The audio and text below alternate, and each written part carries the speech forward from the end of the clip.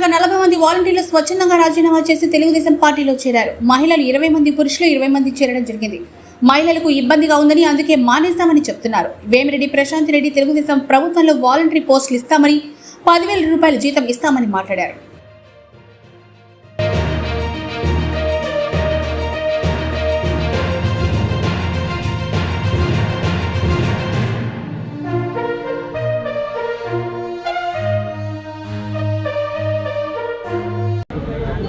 అనేటివి సర్వసాధారణం.